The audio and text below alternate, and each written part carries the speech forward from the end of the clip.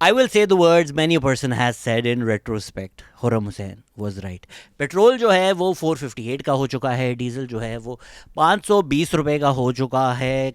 Belt tight कर लें, I think कुछ बचा ही नहीं है टाइट करने के लिए।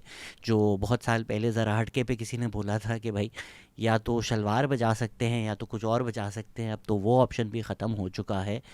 जिस बात का मुझे ताज्जुब हो रहा है, अवाम के पास पूरा का पूरा हक है, वो अवाम है, वो जूते मारे हुक्मरानों को, वो गालियां दे, पर जिन लोगों का काम है कि लोगों को इन्फॉर्म किया जाए, सही इन्फॉर्मेशन दी जाए, यूथ ट्यूबर्स और प्रोपागेंडा करेंगे ना। बट मुझे बड़ा दुख हो रहा है कि जो सहाफ़ी बरादरी भी है वो भी बड़े पॉपुलर स्टेक्स दे रही है। मैं ये नहीं कह रहा कि मैं एक्सपर्ट हूँ, मैं आपको सब बताऊँगा ना, मैं अक्ले कुल हूँ। देखें, किसी इशू पे बात करने से पहले ना पहले मुझे खुद रिसर्च करनी पड़ती है, इसीलिए ये रात के इस टाइम वीडियो आ रही है। वो अलग बात है कि कुछ घंटे बिजली भी नहीं थी, लेकिन जैसे कोई न्यूज़ हो कैमरा उठाकर शुरू नहीं हो जाना चाहिए। खुर्रम हुसैन इसी कुर्सी पे बैठे हुए थे जो पहले प्रोपागेंडा किया गया, जब प्राइस बढ़ी, बड़े लोगों ने बड़ी वीडियोज़ बनाई कि चोर चोर गवर्नमेंट है हमारी, जिस प्राइस पे इन्होंने ख़रीदा है उससे महंगा बेच रहे हैं, जो अभी इनके पास पेट्रोल है वो तो पुरानी प्राइस का है ना। बड़े जीनियस खुर्रम हुसैन ने बैठ के बताया कि रिप्लेसमेंट कॉस्ट पे बेचा जाता है। क्या मतलब है उसका कि जो ऑयल कंपनीज़ हैं उनको रिजर्व्स रखने होते हैं 20 से 27 दिन के गालिबन।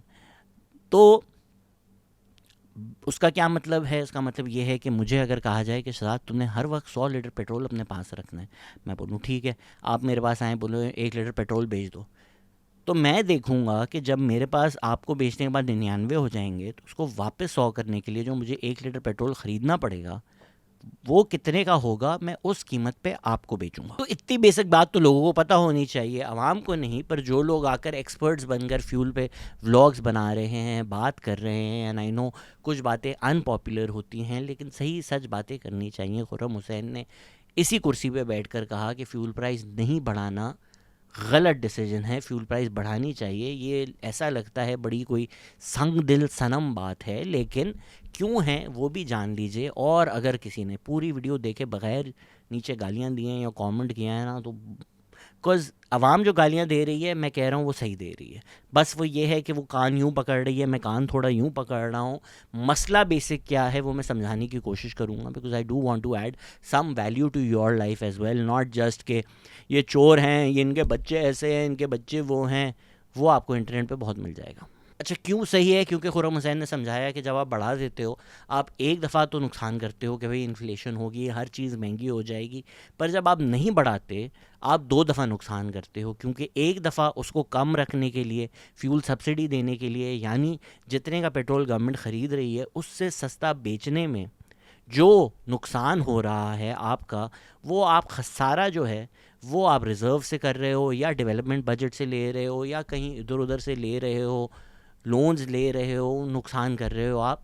तो इवेंचुअली आप प्राइस भी बढ़ाओगे, जिसका जो नुकसान आप पहले अवॉइड कर रहे थे वो भी आपको देना पड़ेगा। और फिर जो आपने इकॉनमी तबाह कर दी ये करने के चक्कर में, वो नुकसान भी आपको फिर पूरा का पूरा बर्दाश्त करना पड़ेगा। तो आप दो तरफ से, वो जो शलवार और दूसरी चीज़ बचाने वाली एग्जाम्पल थी ना, आपने एक बचाने के चक्कर में दोनों ही ख़राब कर दी। इसकी बहुत अच्छी मिसाल है 2022 की फ्यूल सब्सिडी। अब कोई उस सिनेरियो में किसी को बायस नहीं बोल सकता, क्योंकि जो मेरा फंडामेंटल थीसिस है कि ये सारे के सारे मिले हुए हैं, ये सिस्टम ही ख़राब है। ये आपको नज़र आ जाता है कि पहले फ्यूल सब्सिडी दी इमरान खान ने, क्यों? अपनी सियासत बचाने के लिए, अपनी पॉपुलैरिटी के लिए, और आने वाली हुकूमत के एक एटम बम मारने के लिए। तो जितने का पेट्रोल पाकिस्तान ख़रीद रहा था उससे सस्ता आवाम को बेच रहा था, ताकि वाह वाह हो, ताकि आज ग्राफिक्स पोस्ट किए जाए कि इमरान खान बेस्ट। उस टाइम पेट्रोल कितने का था? फिर जो हुकूमत आई है शोर मचाती हुई कि देखें आपने बड़ी ज़्यादती कर दी, आपने पाकिस्तान के रिजर्व्स बर्बाद कर दिए, आपने इकॉनमी तबाह कर दी। उस हुकूमत ने 2-3 महीने लगाए, फ्यूल सब्सिडी रिवर्स नहीं की। यानी उनको खदशा था कि इस वक्त अगर हमने 150 रुपये पेट्रोल महंगा कर दिया तो अवाम तो हमें जूते मारेगी। अभी अभी हम आए हैं, इमरान खान सड़कों पे निकल चुका है, हमारी हुकूमत गिर जाएगी। तो पहले इमरान खान ने अपनी हुकूमत बचाने के लिए फ्यूल सब्सिडी लगाई, फिर पीडीएम ने अपनी हुकूमत चलाने के लिए फ्यूल सब्सिडी 3 महीने रिवर्स नहीं की। और ये पूरा का पूरा जो हाइब्रिड निज़ाम है, पहले इमरान खान वाला फिर पीडीएम वाला, वो इस्टेब्लिशमेंट चला रही थी दोनों सिनारियोज़ में।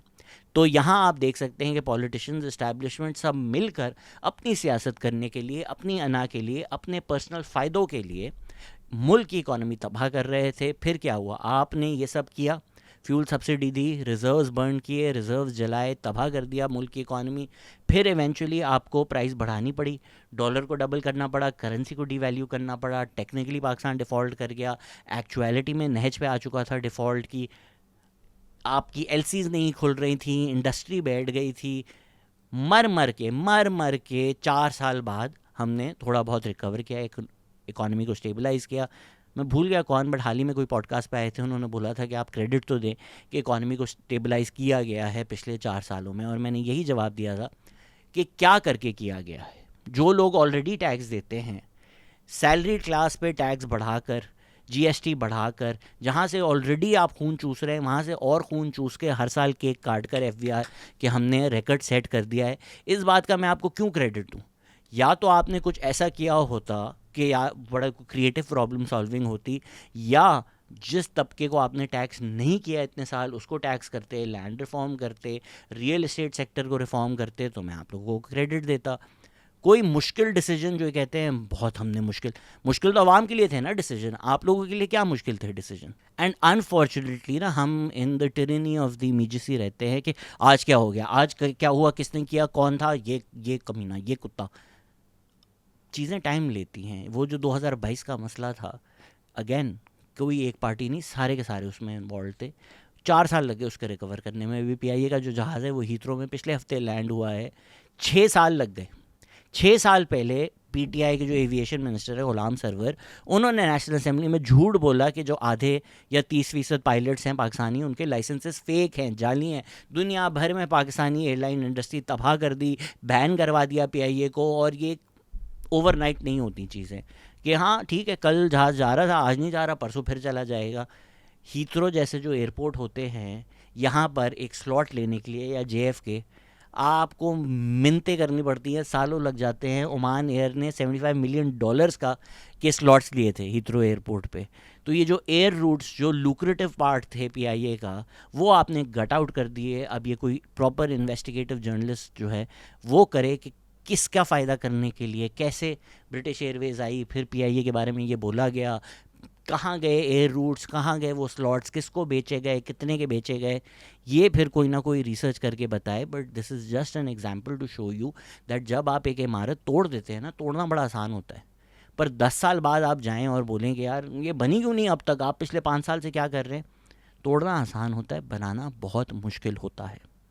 और मैं कोई ज़्यादा क्रेडिट नहीं दूंगा इस पीडीएम की हुकूमत को, क्योंकि अगेन लाइक आई सेड कोई मुश्किल डिसीजन लेकर नहीं इन्होंने बनाया। जो ऑब्वियस चीज़ें थीं, जो आवाम के ऊपर बोझ और डालना था, वो डालकर आपने कर दिया। अभी जो आलमी मंडी में ऑयल प्राइसेस हैं, उसका ना हमारी हुकूमत की परफॉर्मेंस से कोई ताल्लुक़ है, ना पिछली हुकूमत की परफॉर्मेंस से कोई ताल्लुक़ है।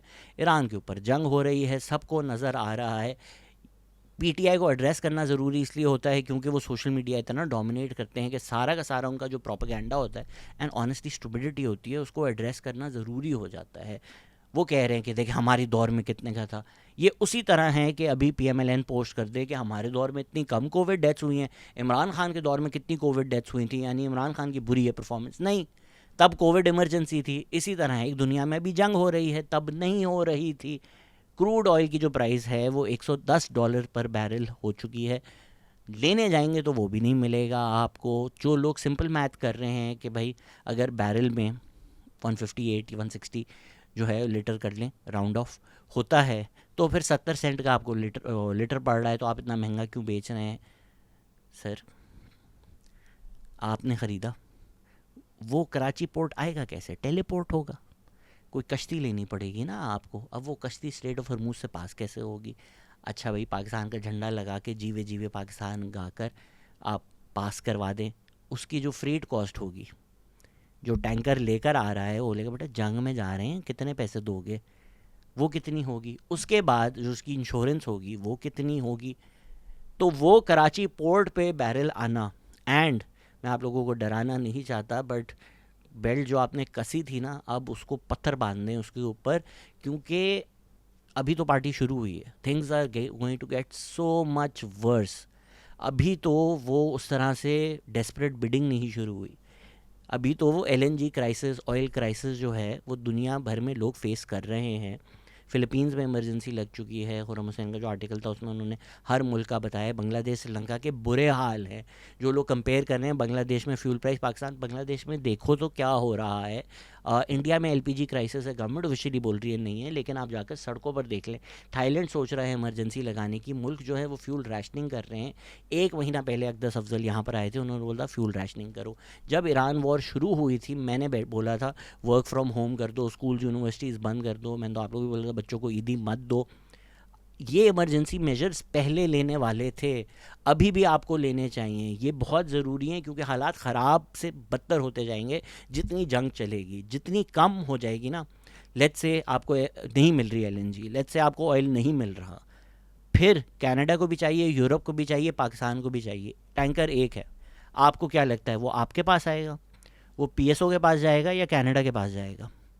Weather they offer financial incentives, whether वो पॉलिटिकल मनूवरिंग करके करते हैं, पर जितनी स्केर्स होती जाएगी ना एनर्जी सप्लाईज, उतने ज़्यादा आप देखेंगे कि साउथ एशिया को बाईपास करके जो डेवलप्ड वर्ल्ड है, जो यूरोप है, जो अमेरिका है, जो कनाडा है, वहाँ ये सारी रिसोर्सेज जाएंगी। तो हमारी तो हालात, बहुत दुख होता है कहते हुए, और बदतर होने वाले। ये प्रोपेगेंडा ना करें। आपने किस तरह फ्यूल प्राइसेस कम रखी थी, किस तरह रिजर्व्स बर्न हुए थे, किस तरह उसके बाद हाइपर इन्फ्लेशन, हमें पैसे देने पड़े।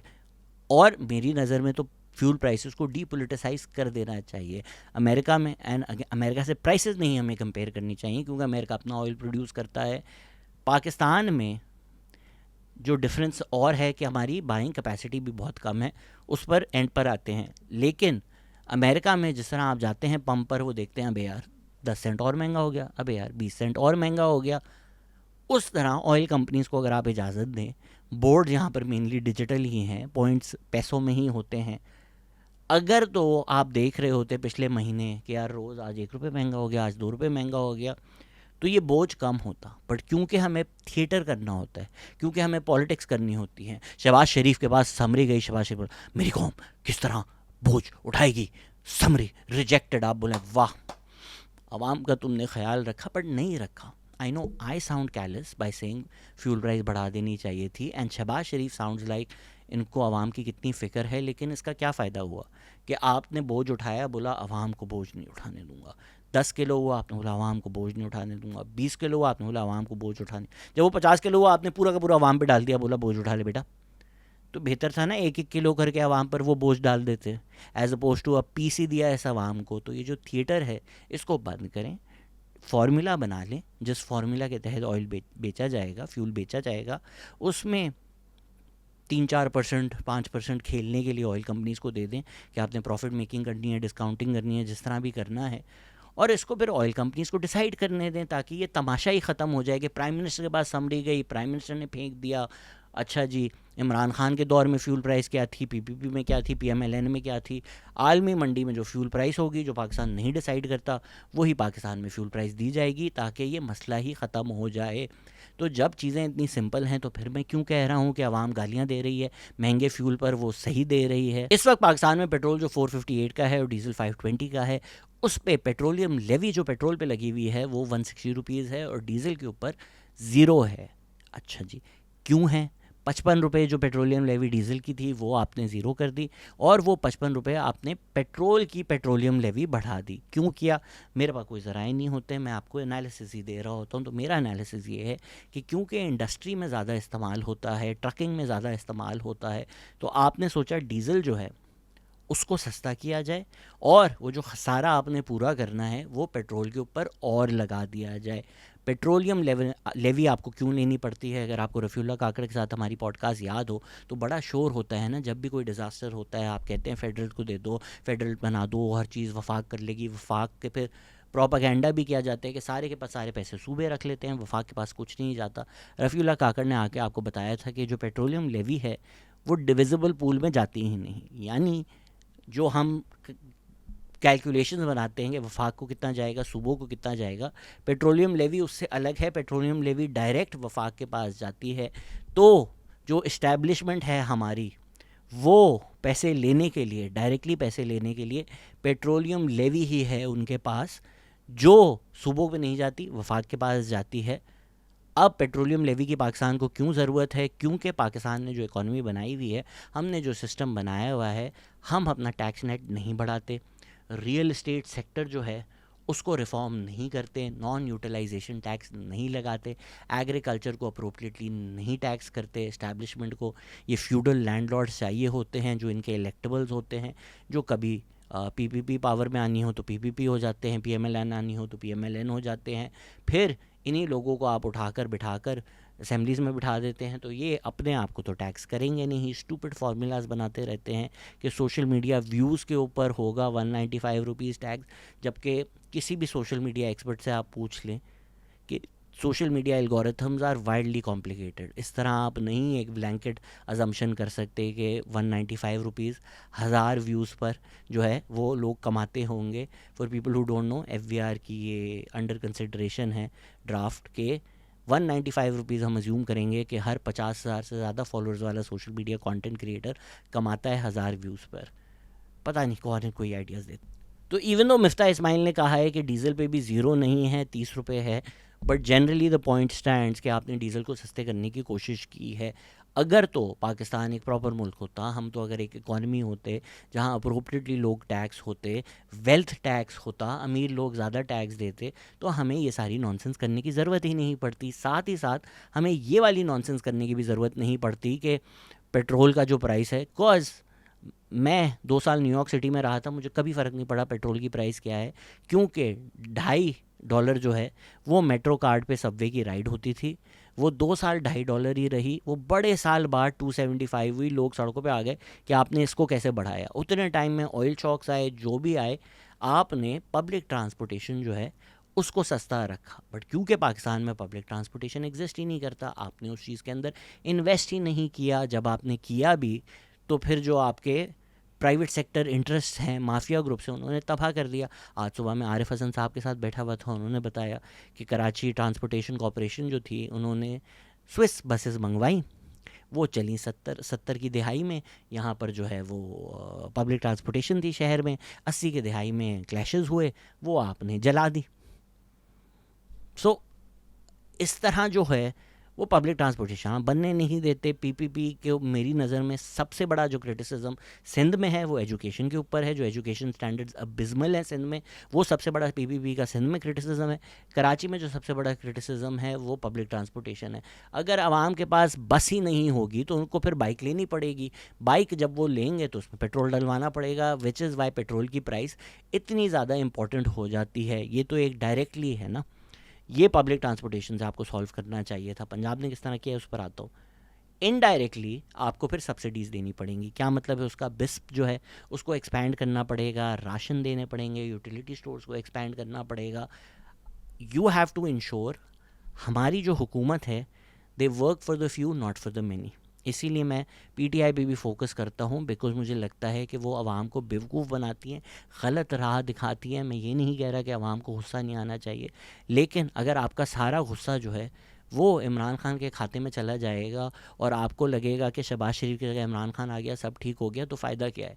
जो आपका सारा गुस्सा है वो आप सिस्टम पे निकालें, ताकि आपको नज़र आए कि ये जो चेहरे बदलते हैं इससे पाकिस्तान नहीं बदलता। इनको पीछे से एक ही इंस्टीट्यूशन चलाता है, और उन्होंने जो सिस्टम बनाया हुआ है, जो इस्टेब्लिशमेंट है हमारी, वो सिस्टम सिरे से ख़राब है। $18 बिलियन यूएनडीपी की 2021 की रिपोर्ट थी, यानी पीटीआई के दौर की रिपोर्ट थी, कि 17.4 या 17.8 बिलियन डॉलर्स की एलीट सब्सिडीज़ देते हैं। यानी हमारे जो अमीर तबका है उनको जो पर्क्स, प्रिविलेजेस, सब्सिडीज़ दी जाती हैं वो $17 बिलियन से ज़्यादा है। एक पाकिस्तान जैसा मुल्क जो IMF से $1 बिलियन की भीख मांगता है, अगर तो आप वो देना बंद कर दें तो आपके $18 बिलियन आ जाएंगे। तो ये सैलरी क्लास का खून चूसने की आपको नहीं ज़रूरत पड़ेगी, आपको पेट्रोलियम लेवी लगाकर आवाम का खून चूसने की ज़रूरत नहीं पड़ेगी। लेकिन वो जो मुश्किल डिसीजन है वो हम नहीं लेते, टैक्स नेट नहीं बढ़ाते, आपके जो हाई नेट वर्थ इंडिविजुअल्स हैं उन पे ज़्यादा प्रोग्रेसिव टैक्सेशन कर कर उनसे फेयर शेयर नहीं लेते। फिर जो इंटरेस्ट ग्रुप्स हैं, जिस तरह शुगर इंडस्ट्री है, उसको आप सब्सिडी देते हैं, 12 15 बिलियन की तो डायरेक्ट सब्सिडी देते हैं ना फर्टिलाइज़र और शुगर इंडस्ट्री को। उसके बाद जो पॉलिसीज़ के थ्रू इनडायरेक्ट सब्सिडीज़ आप देते हैं या प्रिविलेजेस या पर्क्स या एडवांटेजेस या एक्सपोर्ट पॉलिसी के थ्रू जो उनको फ़ायदा देते हैं, वो तो बिलियंस में चला जाता है। ये सारा पैसा अगर टैक्स नेट में आ जाए पाकिस्तान के, तो आपको पेट्रोलियम लेवी लगाने की ज़रूरत ना पड़े। लेकिन क्योंकि ये सारा रिफॉर्म आप नहीं करते, साथ ही साथ फिर जब आवाम देखती है कि जो पर्क्स एंड प्रिविलेजेस हैं, जहाज़ ख़रीदे जा रहे हैं, गल्फ़ स्ट्रीम के जहाज़ ख़रीदे जा रहे हैं, ब्यूरोक्रेसी के जो पर्क्स हैं वो बढ़ाए जा रहे हैं, इवन दो हाल ही में जो ऑस्टेरिटी मेजर्स अनाउंस किए वो अच्छी बात है, उनको और एनहांस करें ताकि हमें पता चले कि आवाम पे बोझ पड़ने से पहले तो ये जो ब्यूरोक्रेट्स हैं, ये जो जजेस हैं, ये जो मिलिट्री है, ये जो पॉलिटिशियंस हैं, इन सब के पर्क्स एंड प्रिविलेजेस तो ज़ीरो होना, सारा जो बोझ है वो आवाम को क्यों उठाना पड़े हर दफ़ा। फिर पीटीआई वाले शोर करना शुरू कर देते हैं इसका हल इमरान खान है। भाई मरियम नवाज़ का जहाज़ है तो इमरान खान का हेलीकॉप्टर है।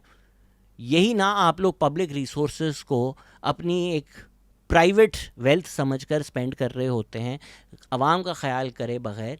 Which is why I am saying कि जो गालियाँ पड़ रही हैं वो सही पड़ रही हैं, इस वजह से नहीं कि पेट्रोल महंगा हो गया, पेट्रोल आलमी दुनिया में महंगा हुआ है। इस वजह से कि आपकी जो मजबूरी है कि पेट्रोलियम लेवी अगर हटा दी तो आईएमएफ प्रोग्राम जो है हमारा वो बढ़ जाएगा, इकॉनमी जो है हमारी बढ़ जाएगी। आपने मुल्क चलाना ही इस तरह है कि जो जीएसटी जैसे टैक्सेशन हैं, पेट्रोलियम लेवी है, सैलरी क्लास की टैक्सेशन बढ़ानी है, इसके बगैर हमारे मुल्क की सैलरीज देने के हमारे पास पैसे नहीं होंगे। क्यों नहीं होंगे? क्योंकि आप तैयार ही नहीं हैं जो स्पेशल इंटरेस्ट ग्रुप्स हैं उनको टैक्स करने के लिए, कॉर्पोरेट सेक्टर को सही तरह टैक्स करने के लिए। और ये जो गठजोड़ है ये 1947 से ही बन गया था। इसमें ब्यूरोक्रेसी भी है, इसमें मिलिट्री भी है, इसमें पॉलिटिशियंस भी हैं, इसमें जुडिशरी भी है और इसमें कॉर्पोरेट सेक्टर भी है जिसका नाम कभी नहीं लिया जाता। वो इक्वली इन्वॉल्व हैं। जो हमें एक मंत्रा दिया जाता है ना कि प्राइवेटाइजेशन कर दो, आपका प्राइवेट है क्या पाकिस्तान में? शुगर इंडस्ट्री का जो माफिया है वो प्राइवेट है, फर्टिलाइज़र इंडस्ट्री का जो माफिया है वो प्राइवेट है। ये जो सारा गठजोड़ है सिस्टम का, ये मसला है, इसके हमने ख़िलाफ़ जाना है। ये जब सब्सिडी भी देता है ना तो अमीरों को देता है, अपने दोस्तों को देता है। इमरान खान ने कोविड के दौरान जो टर्फ दिया $4 बिलियन से मेरे ख़्याल से अमीरों को दिए। अमार हबीब खान ने उस पर आर्टिकल लिखा कि भाई पोटेंशली करंट अकाउंट क्राइसिस हो गया, अमीरों को गया ये सारा फ़ायदा, ये गरीबों तक नहीं गया। सारा दें इनको गालियाँ, लेकिन ये मत समझें कि एक चेहरा बदल जाएगा और प्राइम मिनिस्टर हैंडसम होगा तो कुछ ठीक हो जाएगा। ये सारे के सारे इस पूरे सिस्टम में मिले हुए हैं और मुझे लगता है पीएमएलएन ने बड़ी माकियावेलियन तरीके से अक्लमंदी की है पॉलिटिक्स में कि उन्होंने फ़ैसला कर लिया है कि पंजाब ही है हमारे पास, पंजाब का ही वोटर हमने अपीस करना है। जो मैं बातें कर रहा हूँ उस तरफ से ये अच्छी बातें हैं, ये अच्छी पॉलिसीज़ हैं कि पंजाब गवर्नमेंट और इस्लामाबाद में क्या हुआ है कि पब्लिक ट्रांसपोर्टेशन अगले 30 दिन के लिए फ्री हो गई है। मरियम नवाज़ ने फार्मर्स के लिए और इंडस्ट्रीज़ के लिए मैसिव सब्सिडीज़ अनाउंस की हैं। प्रॉब्लम थोड़ा ये है कि क्योंकि पाकिस्तान की बेशतर रिसोर्सेज पंजाब में हैं, पंजाब में इन्वेस्ट हुई हैं, पंजाब में लगाई गई हैं, तो पंजाब के पास फ़िस्कल स्पेस है ये करने के लिए। खैबर पख्तूनख्वा, बलूचिस्तान और सिंध के पास ये फ़िस्कल स्पेस नहीं है, ना वो इंफ्रास्ट्रक्चर है। कराची जैसे शहर में पब्लिक ट्रांसपोर्टेशन हमारा इतना ज़िल्च है, तो अगर तो ये जो बीआरटी बनाई है ये फ्री भी कर दें तो ये कितनी चलेंगी? कितने लोगों के रूट्स होंगे, कितने लोगों के फ़ायदे होंगे? It's not like it will offset the बोझ on the people of Karachi. तो ये नहीं कर सकते हैं हम यहाँ पर जो वहाँ पर कर सकते हैं। तो आपको बिस्प को एक्सपैंड करना चाहिए, आपको आई डोंट नो क्रिएटिव होना पड़ेगा, कार पूलिंग जो है उसके सिस्टम्स निकालें। खुर्रम हुसैन तो कह रहे थे नेशनलाइज कर लें चीज़ें, लेकिन वैसे भी आप प्राइवेट सेक्टर को इन्वॉल्व करें।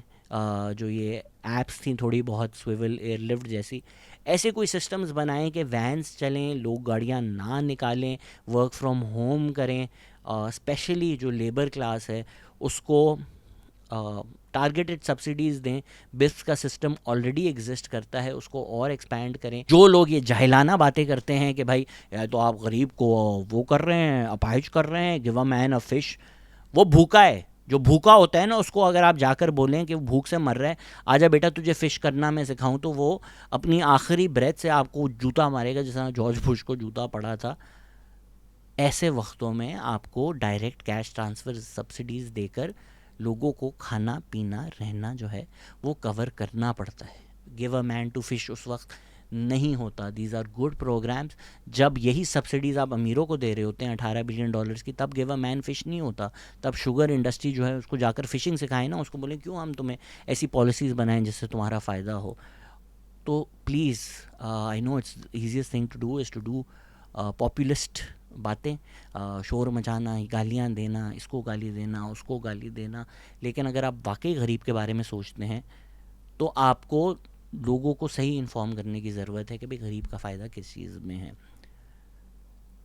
गरीब का एक्चुअली अनफॉर्चुनेटली किसी चीज़ में पाकिस्तान में फ़ायदा नहीं है। तो आप लोग जो सुन रहे हैं, जिनके पास साहिबे जो भी लफ्ज़ होता है हैं, मनी है आपके पास, तो प्लीज़ आपके मोहल्लों में जो गरीब लोग हैं, खुदारा उनकी मदद करें। मेरी कोई मदद चाहिए किसी को कुछ सेटअप करने में, मैं तैयार हूँ, बिकॉज़ बहुत मुश्किल वक्त आने वाला है एंड गरीब का बहुत नुकसान होगा। क्योंकि आप पहले फ्यूल प्राइसेस बढ़ेंगी, फ्यूल का जो कॉस्ट है, उसके बाद जो इंडस्ट्री में ये सारे जो इनपुट कॉस्ट है उनका वो बढ़ेगा, उसकी वजह से चीज़ें कितनी महंगी होंगी। बहुत बुरे हालात आने वाले हैं। 2026 पाकिस्तान के लिए बहुत बुरा होगा, इन्फ्लेशन होगी। लेकिन अगर फ्यूल प्राइस नहीं बढ़ती तो long term for Pakistan economy things would have been verse.